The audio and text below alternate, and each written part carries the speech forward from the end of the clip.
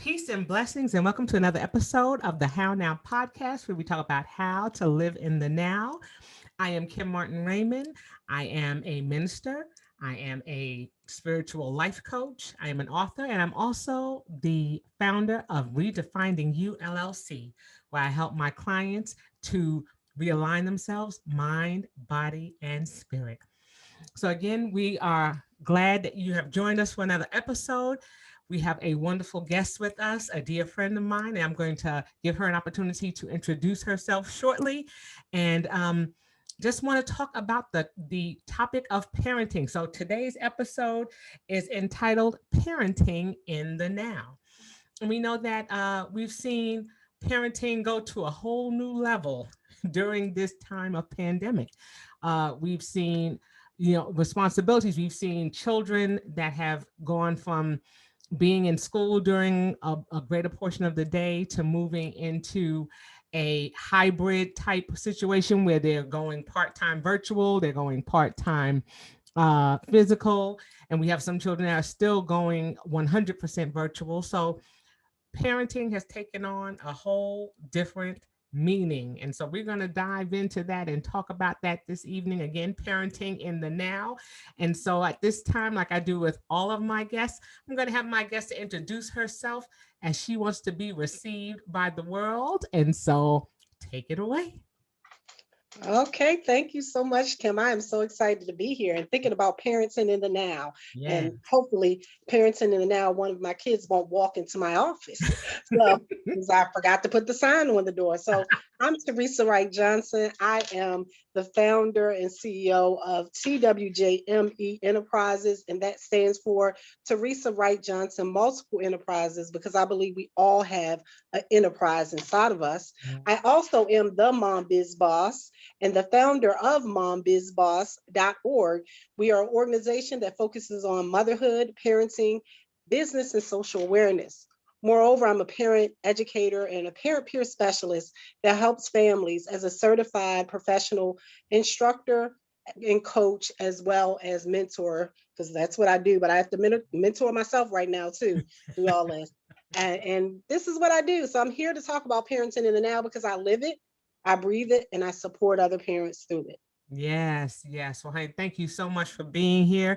You and I have known each other for some time. We've had opportunities to travel in the same circles and speaking circuits, and so it's just wonderful to be back together again, getting an opportunity to reconnect.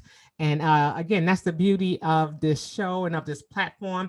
We have opportunities to reach back and reach out to those who are closest to us, those who we know can help and help to encourage and to enlift and to uplift and to enlighten those around us. And so, like you said, you are a parent, you are a mom, you are a business owner. And so let's start from the beginning as we always do. You were going along with just as everybody else was with your businesses and your enterprises. And then all of a sudden you were like, bam, pandemic hit. What happened? Also, first, what happened for me is I am a dualpreneur, meaning I have multiple businesses and I also work within the field of helping parents. And what happened was they're like, oh, you can go work from home. And that was great for me at first as Mhm. an entrepreneur Right. because you can get so many things done you're thinking at home. But what happened was you had to kind of reinvent yourself, Yeah. like how your day went, how your children's day went, how school went, how grocery shopping went. Because y'all remember last year, because it was March 13th about when everything really went down. But, last year at this time or around this time, there were a lot of things going on and we were told we need to stock up on food. So I was one of those people at the grocery store too, Right. buying things up. Now I was mindful. I wasn't buying everybody's all the toilet paper like Right. some people and that kind of stuff. So what happened is I had to reinvent how I would live day to day. And then how would I work? Because like many people, my hours were cut at first. Y'all remember people were losing their Mhm. jobs, hours were Mhm. cut. I was very appreciative because I am a dualpreneur that I could work. But as Kim said a minute ago, we travel in the same speaking circuits. I make my money speaking, and now Mhm. it wasn't going to be no speaking. You That's couldn't go right. and just speak.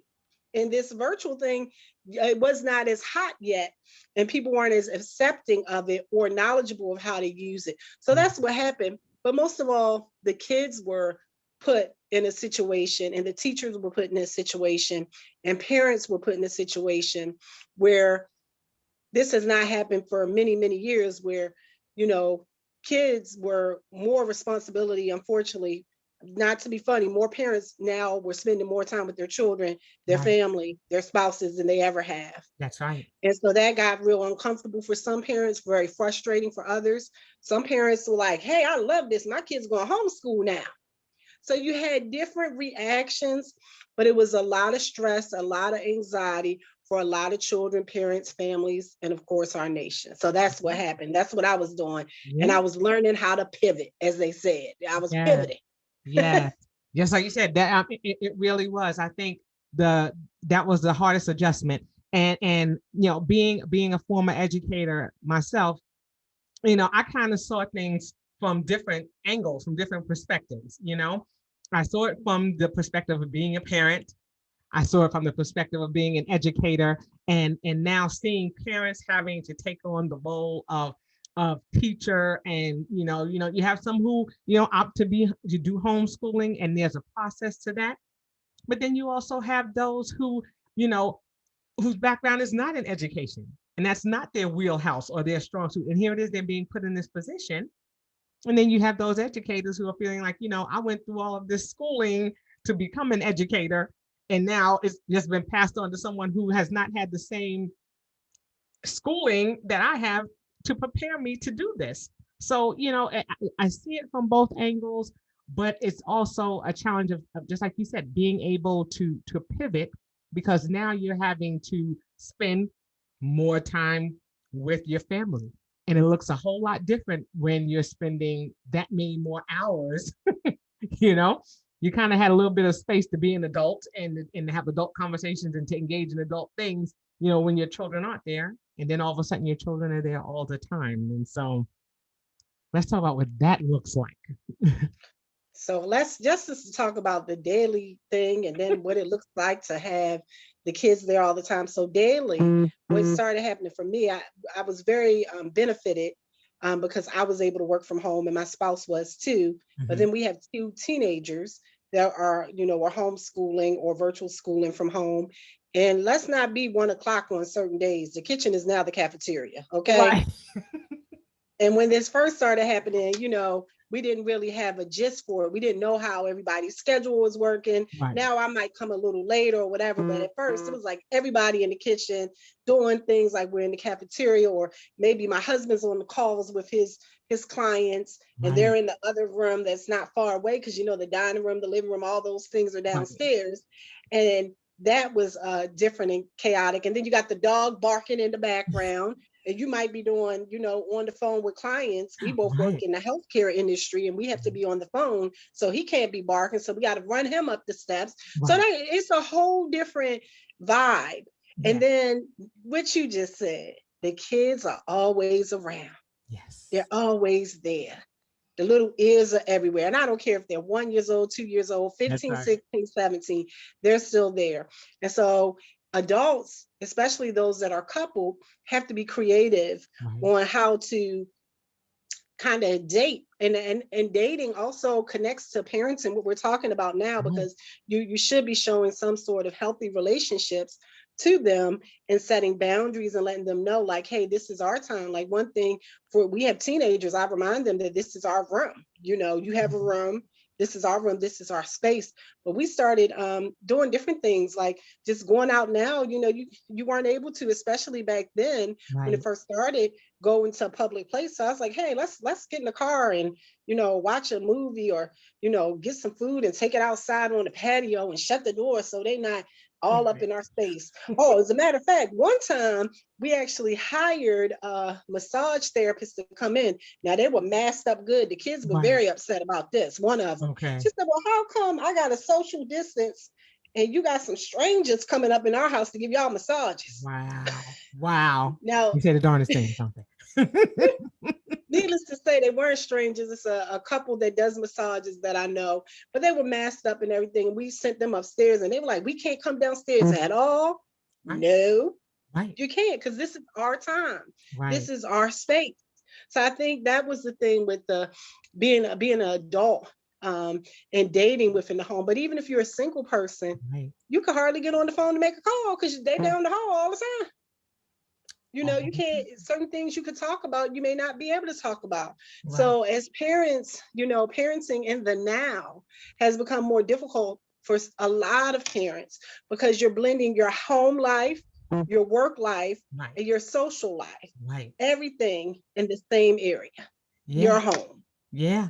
I was gonna say you touched on on a big topic when you're talking about parenting, and that's boundaries, because you have to Hmm. have those boundaries set up so that that way, they're not easily crossed. Just like a simple thing like you were talking about, uh even when it comes to, having we're having our time when we're doing an interview right now.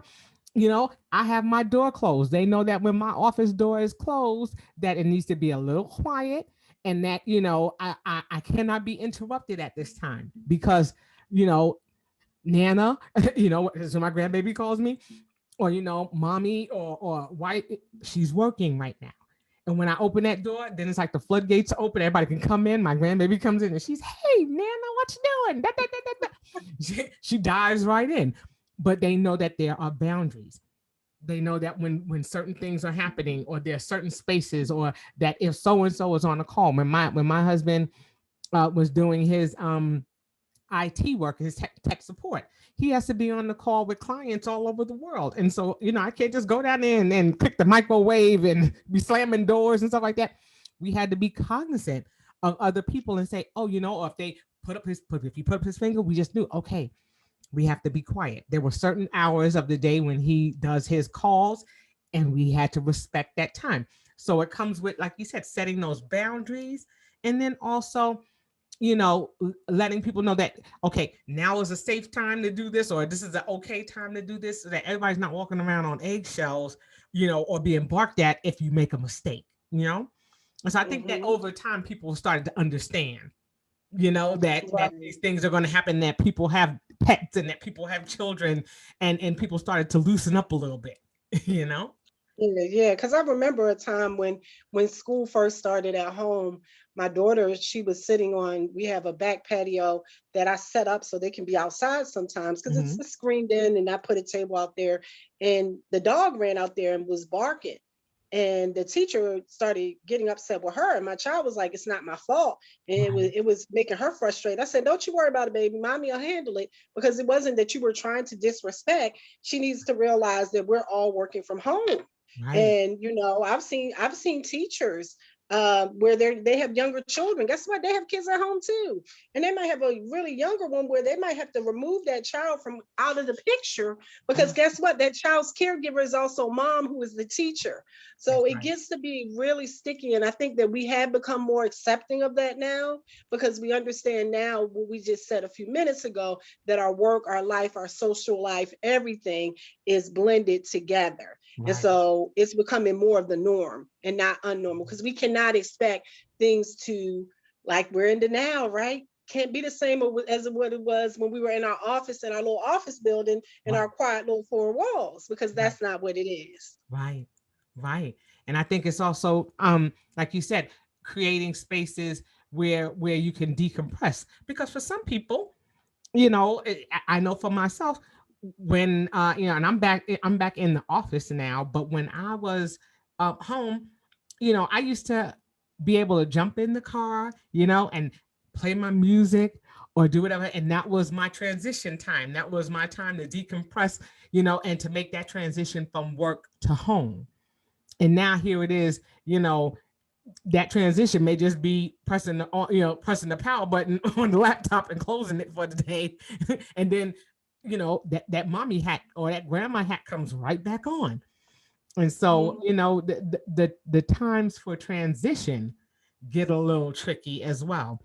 But I like that you gave the suggestion, like you said, of the date night for those who are dating. But what are some other types of suggestions that you make to some parents as to, what they can do when they just need that little woosah moment or that little break, whether it's from their spouse or from their children? So one thing is one, you just said something that was really important that kind of blends into this is like making sure your children aren't getting virtually burned out or you getting virtually burned out because you talked about transition, right? Yeah. And so woosah means that in order for me to woosah, I'm also helping my family be able to do the same thing. And so making sure that you have, like you said, places that we all have our space, even if you have a small apartment and the children are doing their schoolwork at the kitchen table during the day. After school is done and homework is done, that stuff needs to be put out and put out of mind because the school day is gone and it's over, right? Put up, put out of mind, school day is over. And that helps parents because your children are more relaxed as well. But for you, the same thing. You need a time for woosah as well as transition. And I love the transition part because now parents, many of us are working at home. I'm still working at home. My children will be at home until the summer. And so for me, another part is don't virtually burn yourself out, right? And that means just because you're invited to 5 meetings and now since you're virtually there, you're like, yeah, I can go to that one at 1 and then I get off at 2 and that one started at 2. So all I got to do is click off from this Zoom to this Right. Microsoft Meets. No, Right. no, because like you said before, when I was networking, when I was going out to speak, when I was going to the kids' meeting, when I was going on errands, it was all I had a break. I had to go to this store. I go to the Right. car, go to this store. Now I even do my grocery shopping online. Yep. So at some point, you need to get up. One, I have a standing desk right here. Uh-huh. One thing, get up and do some transitioning. Yes. And for parents and all of us, taking a moment to reflectively breathe. Just breathe. Take a moment, turn all these devices off because I don't know about y'all. My eyes started hurting some because I have the Yes. businesses, I Facts. have the Yep. job, and I'm always looking at the screen. Oh, That's right. turn that off Yeah. and decompress and take a breath because this is going to help you be a better you, more calm, focused, and centered for you and for those children. Especially, I'm telling you, I got teenagers. I need my break.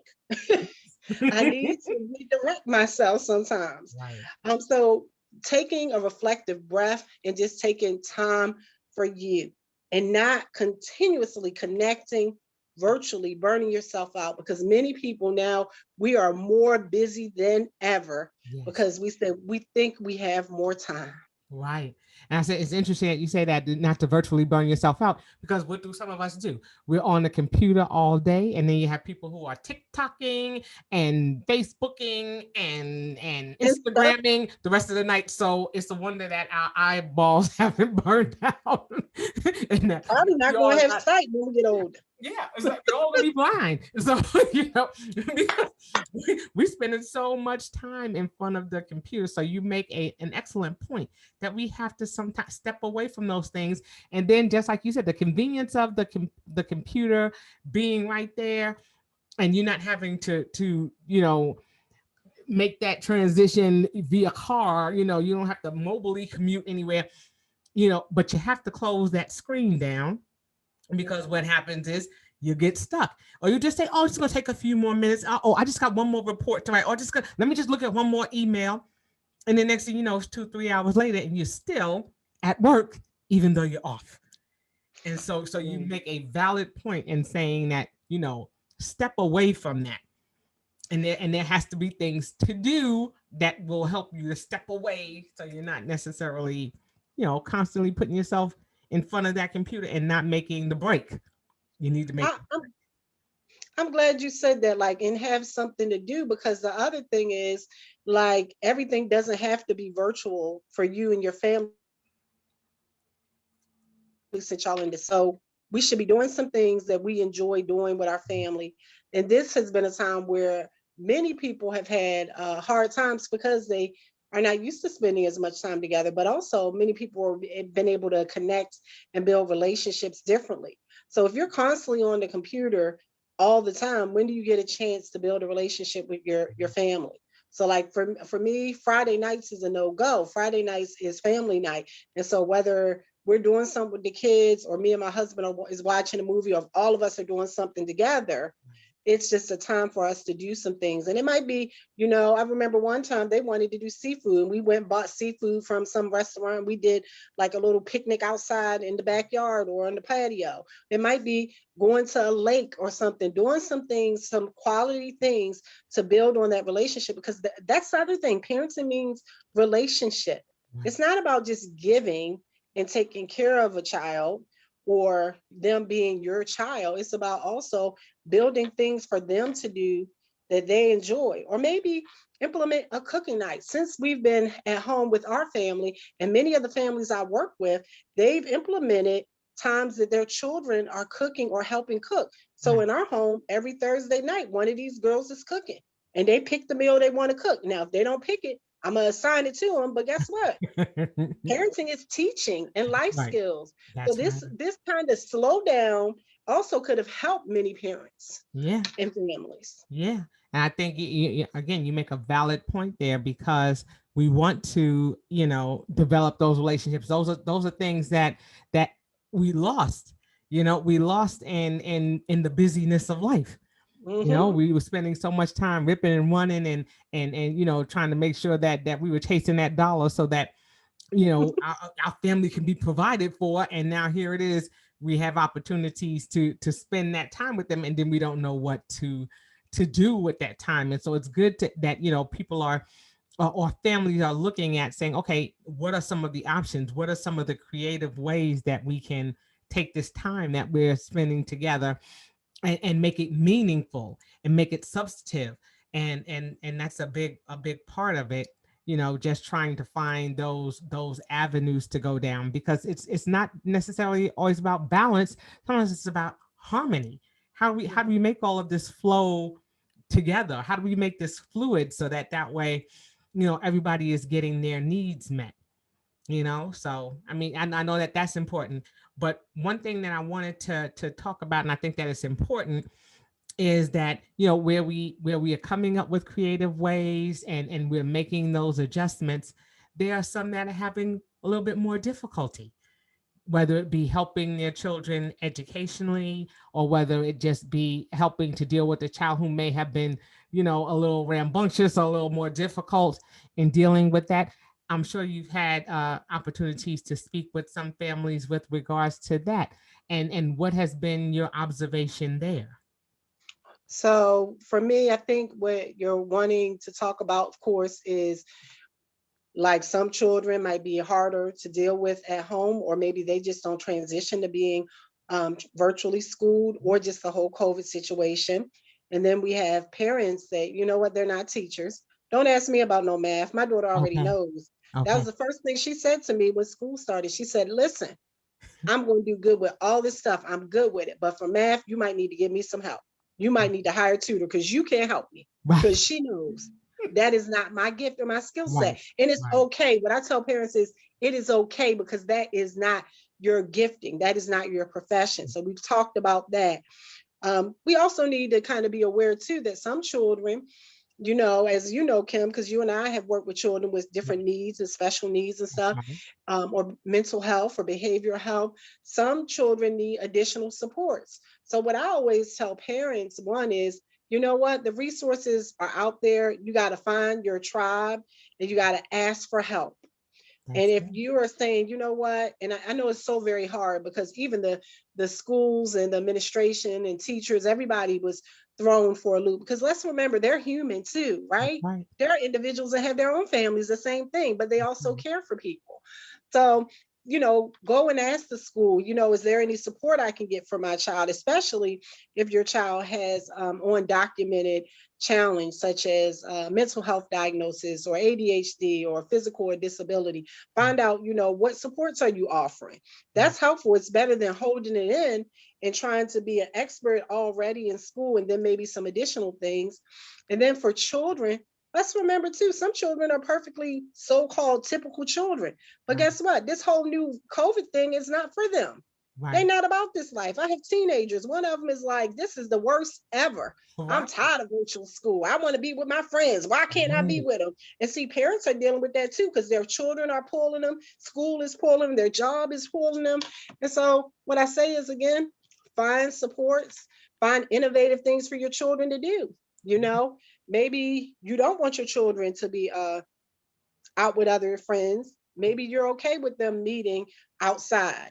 I think earlier in last year or late last year, we went to the pumpkin patch because it was outside. They could be with their friend. I could watch them, and you got to just figure it out. And most of all, the part about if you need help, get it. Yeah. Our mental health and our well-being, some of us, it has been impacted because some people have been in the house for quite some time. Yeah. Then they had to go through, winter cold months. And you might be a person that thrives. I'm an extrovert, so I like being out and Oh yeah. about. So I want to be doing things, and I haven't been able to do things, but I had to be creative, That's like Kim said. And right. when I decided to be creative, very first thing after we got into this COVID stuff in March of last year, my birthday was coming up. I was like, listen, I need to have a party. I hired a DJ and we had a party. I had a karaoke party, had a girls' night party, had all kinds of things. Right. We threw the family reunion. So the other thing is be creative. We are creative beings. Yes. Think outside the box. It might not be you, it might be your children. I Mhm. saw one of my children one day.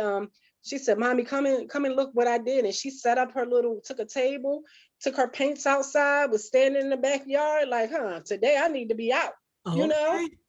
So Yeah. it may not be us. We might learn something from our children on how to be creative. There you But we go. have to find that tribe, those outlets, those supports, ask for help, and be Yeah. creative because it's out there. Yes. You see, and I love that you say that because, you know, as parents, we think that we're the only people who can provide that solution for our families and for our children.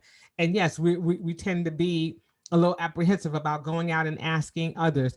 I'm just curious, have you seen more like parent type support groups formulating as a result of some of the things that are going on because people are needing those resources?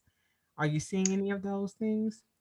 Well, I'm here talking with you today about parenting in the now. And I could say, from being a parent a specialist and a mental health specialist, that this has been a great time for my business, Yeah.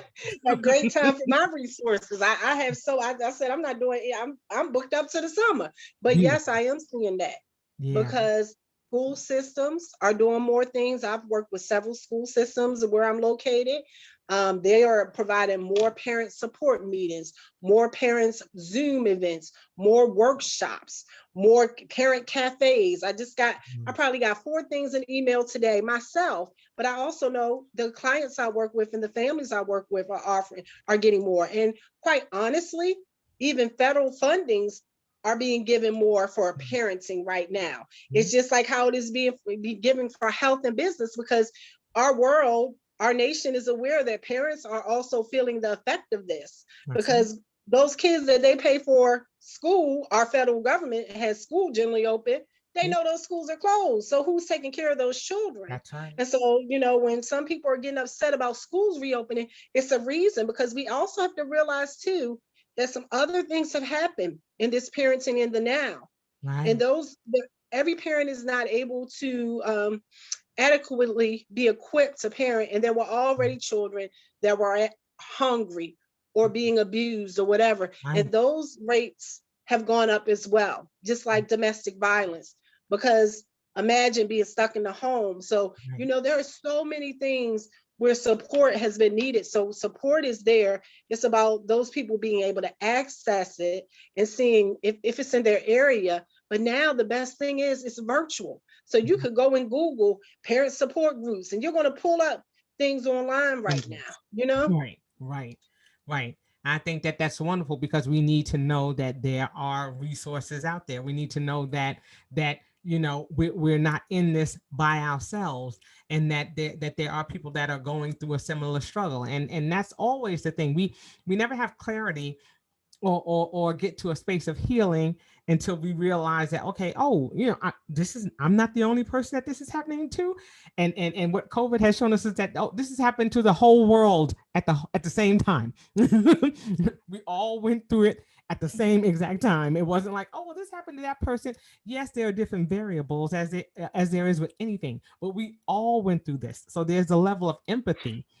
And I think that it's wonderful that people have stepped up and that we've created these wonderful platforms like this show and like your businesses and things like that, where we can bring situations or circumstances like this to light, so that people can see that, yeah, these things are happening and people are out there seeking to help in any way that they can. So I love that we're getting into that space and that we're staying in this, because it doesn't look like it's going to end anytime soon. We're seeing vaccinations, we're seeing things come up, but it's going to be a process. It's definitely not going to be a sprint. It's going to be a little bit of a marathon. And I think we have to just start getting in that mindset of saying, okay, what are some things that we can do long term, as opposed to just the little quick things. It used to be great to just get in that line, drop a kid off to school, and peel out. And do your thing. We already know. All right, leaving donuts in the parking lot. We already know.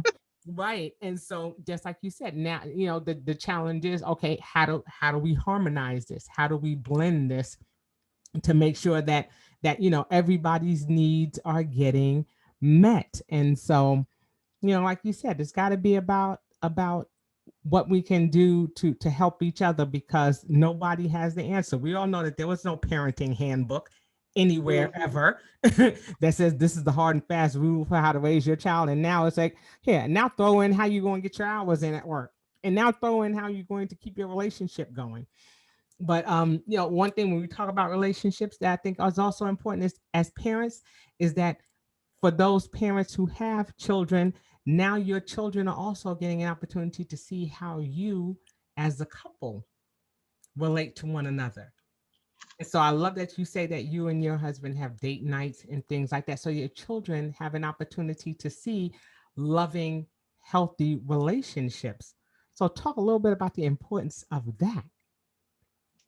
Well, I think that's very important in, a relationship with a couple daily anyway. And I think that when you're talking about all of this, like, we're able to see each other's lives more now, our children, our families, especially those that live in the household together. And so with that, I think that's important too, because especially children are learning developmentally what to expect and what they're going to do. So one of the things I always tell people when I'm teaching or training, like, your children are watching. Your children are always watching. Sometimes, to be honest, I can look at one of my daughters, and I told her one day, I said, even your qualities that are kind of, smart and snappy at times, I know you got them from me. And parents need to be honest, right? So you know that they're watching you, because if you watch your children, you can see the mannerisms of yourself many times. That's right. So for them to be able to see something healthy and natural, that is important, Mhm. because they are building relationships. And let's not forget that before this pandemic, our children of this generation or their generation already were losing or have lost many social skills and communication skills that we had, because we had to interact interpersonally, unlike them, very much more because of technology and the times that they're growing up in. That's So this is very different for our children, to be in a setting all the time where it's not constant, technology, because they're doing it that's now right. virtually or whatever. But That's right. this is a good time to teach, communication skills. I know Beautiful. tomorrow night in our household is going to be, my husband and I were talking about, we haven't had a family meeting in a few weeks. Well, no, we need to have a family meeting. They don't like it. We don't care, because in real life, they're going to have their, I tell them all the time, you're going to work for somebody or you have a business or whatever, it's Right. going to be people telling you what to do, or you're going to have to meet.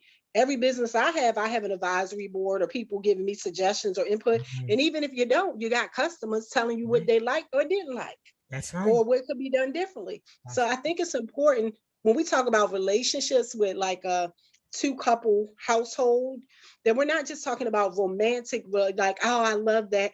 I love that you guys show them love. No, you're teaching them about partnership. Right. You're teaching them about how, truthfully, you ain't always going to get along because they ain't always going to get along with people. You're Right. teaching them about budgeting.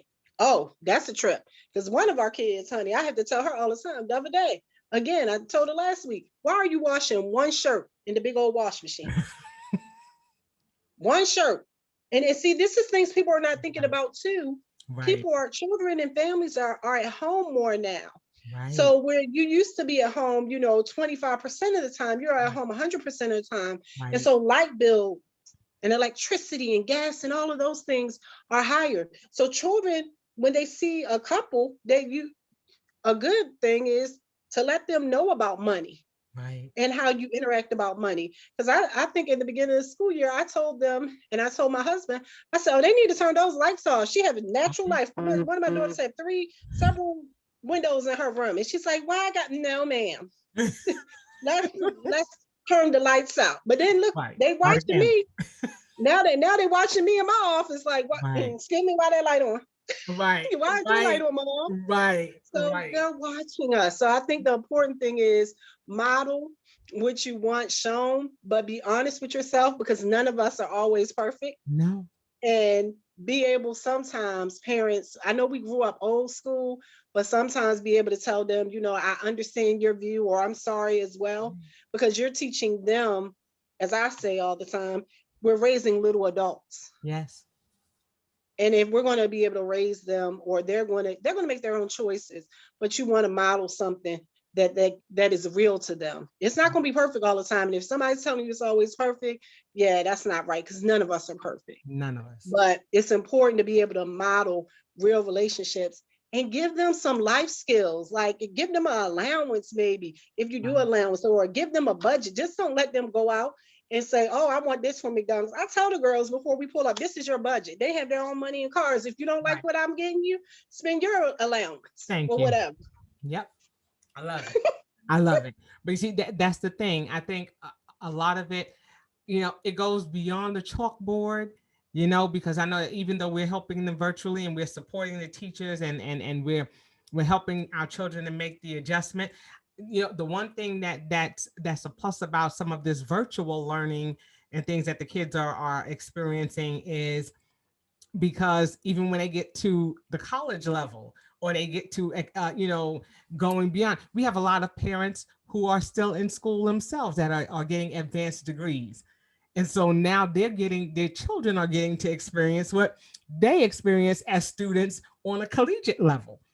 They're having to go online, they're having to submit their assignments, and now I think it's been wonderful for the children to see not only their parents who are extending their education to experience that, but then also your children get to see how hard you're working, what you actually do, a snapshot of what happens in your day and how it's not like you just sitting at work and at office, sitting there, right, eating and standing at the coffee cooler, talking to your friends and everything else like that. They actually see that work as a noun and a verb. And I say that all the time. I say it's where I'm going and what I'm doing. It's a noun and a verb. It's called a work. So that's the thing.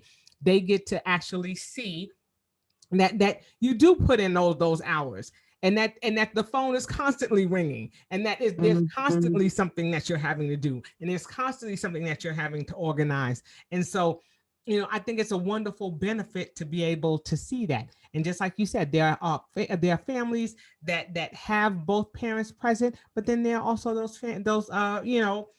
family units that are look different.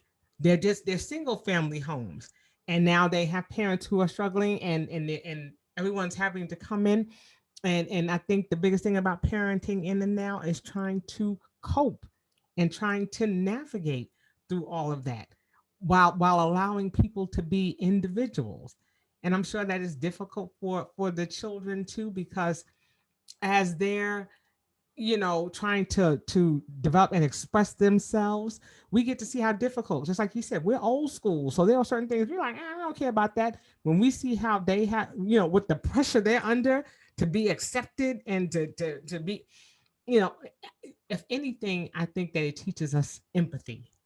Mhm. It teaches our children to be empathetic of the things that we do, and how hard we're working to create the environment that we create for them, and also being empathetic of them and the challenges that they have socially, and just like you said, these are critical times for them. I think about my 3-year-old grandbaby and the fact that she's in a virtual school, but because of the attention span, she's only on there for 30 minutes. But it's an opportunity for her to get to connect with other children or see other children her age. But it's also important that my daughter, talks to her and socializes with her, because you know, a year ago she couldn't take her outside. So she's missing out on those things. So we have to make sure that we're able to supplement. So it's a big responsibility as parents. And just like you said, I think this is where it takes a community, or it takes a village to raise a family. I think that's where this comes in at. I Right. really do.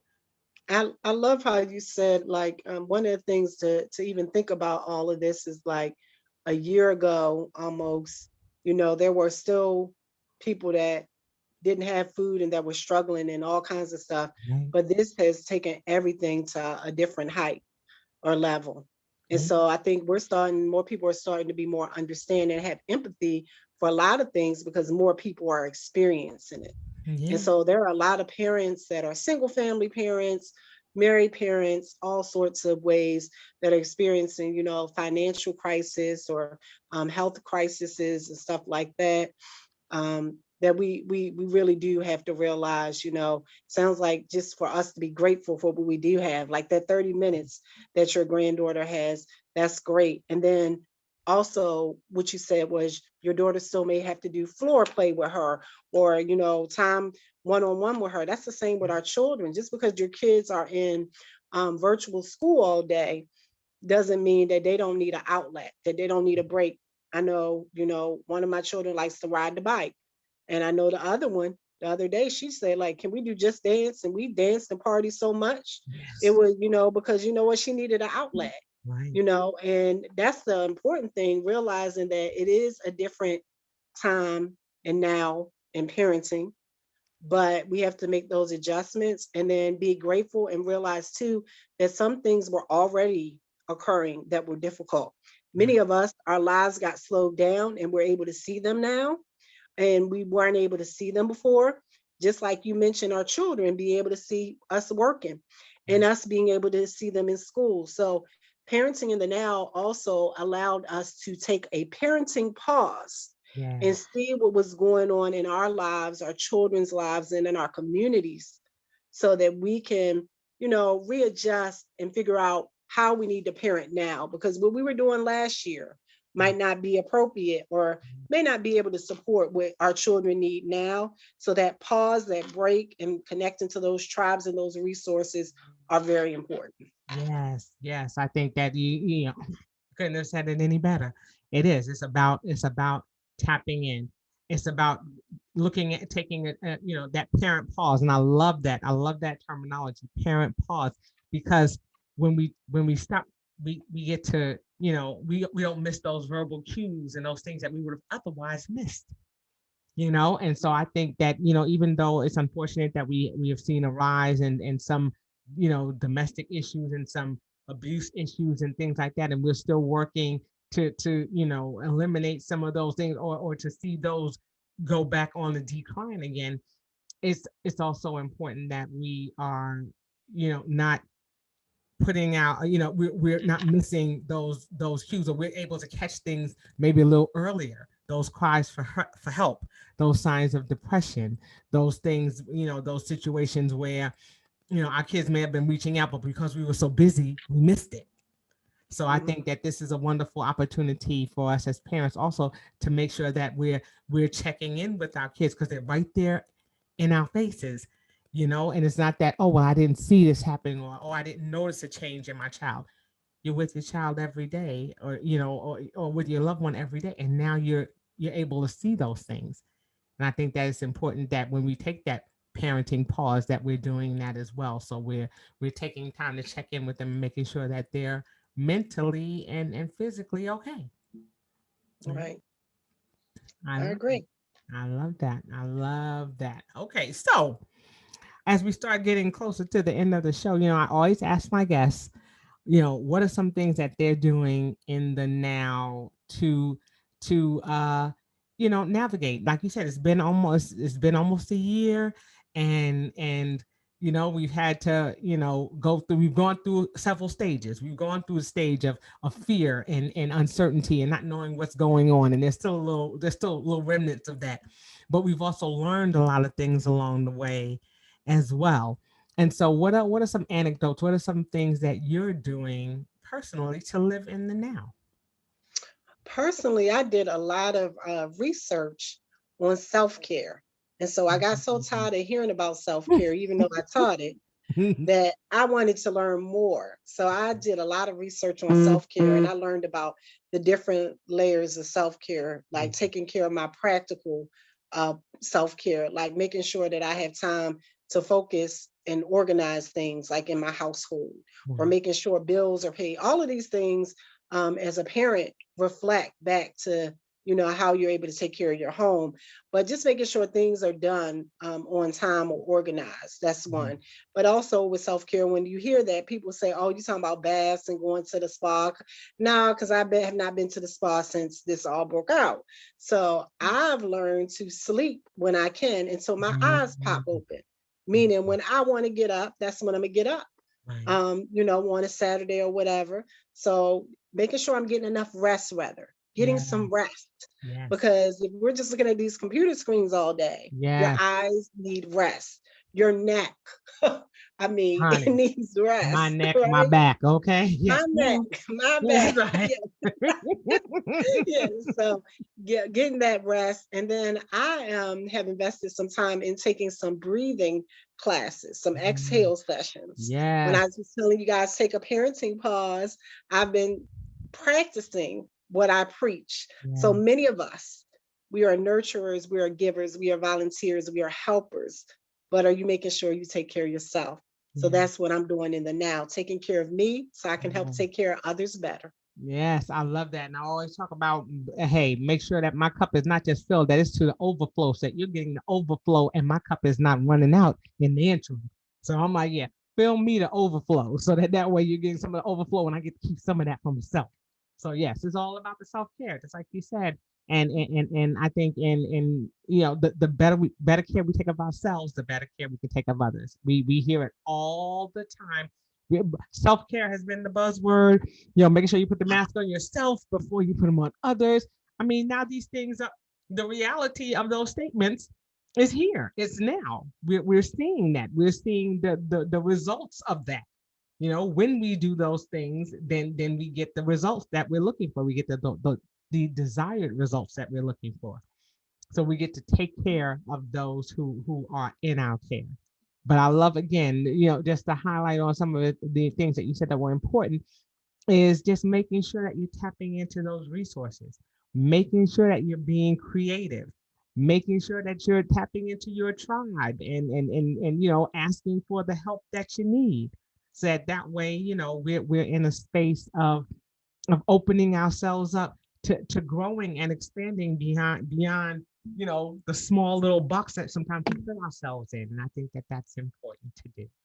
Okay. So tell people where they can find you, where they can, if they want to get more information, because there are a lot of things that you do. Like you said, as a multiple business owner, you do a lot with Mom Biz Boss and with your other organization. So tell us a little bit about what you do with those organizations and then how they can reach Well, I do a multiple things, but my main thing is I'm a mom, and I consider myself a multiple operational manager. That's what MOM stands for because we do so much, wearing so many hats, but we only have one neck and one head, and we can only wear one hat at a time. you. That's right. And so I have Mom Biz Boss, and we are an organization that focuses on parenting and social awareness and business. We network, we have training, we connect. You could be a mom. You don't have to be a business owner because we believe one thing that I thought about as well doing this interview was we believe that parenting is work, not taking the nurturing part away. But many people learned this year how much work it really was because they had more put on them than others. So we believe that parenting is work and we're there to support each other through the work of being a parent and doing things in our community, etc. And so that's mom, biz, B-I-Z, boss, BOSS.org. And then I have a business called TWJME Enterprises. I know my husband calls it alphabet soup, all of those letters. But it stands for Teresa Wright-Johnson Multiple Enterprises because I am a multiple business owning woman, right? Uh-huh. And so with that business, I go out and I do training and speaking for my business as well as several other national organizations in regards to mental health and parenting. So if you were in need of someone to come and train on parenting or mental health, that would be me. I also talk about special needs. I am a certified special needs educator as well Yeah. for parents. So a certified special needs advocate educator. So Mm. if you need those things, that website is twjme.com. And that's me. I'm Teresa Wright Johnson, the mom biz boss, and a multiple operational manager that makes sure and knows that parenting is work and I'm there to help support you. Awesome, awesome, awesome sauce. Hey, it doesn't get any better than that. Are there any other parting words that you want to give our listeners before we head out? Any other little words of wisdom, any other little knickknacks? And again, like I said, it's just been wonderful having you on here. I can sit talk with you all day. But any parting words that you want to give them, words of encouragement? Only parting words I want to give is remember at one time or once you were a child. Yeah. And being a parent is to be able to reflect back. You are not your child, they are not you, but you at one time were a child. And sometimes it pays to be childlike, to play, to relax, to have fun. That's part of being a parent in the now. All right. All right. You heard it. And I like to thank Teresa Wright Johnson for being a guest on the How Now podcast, where we talk about how to live in the now. It has truly been a pleasure. I love you. I wish you the best of luck in all that you are continuing to do for our families, for our parents, for our children. And, I look forward to connecting to you soon. When all this is over, we'll get outside and do a little playing ourselves. All right. All right. All right, darling. Again, that will do it for this episode of the How Now podcast, where we talk about how to live in the now. And until I see you all next time, I say peace. Deuces. All right.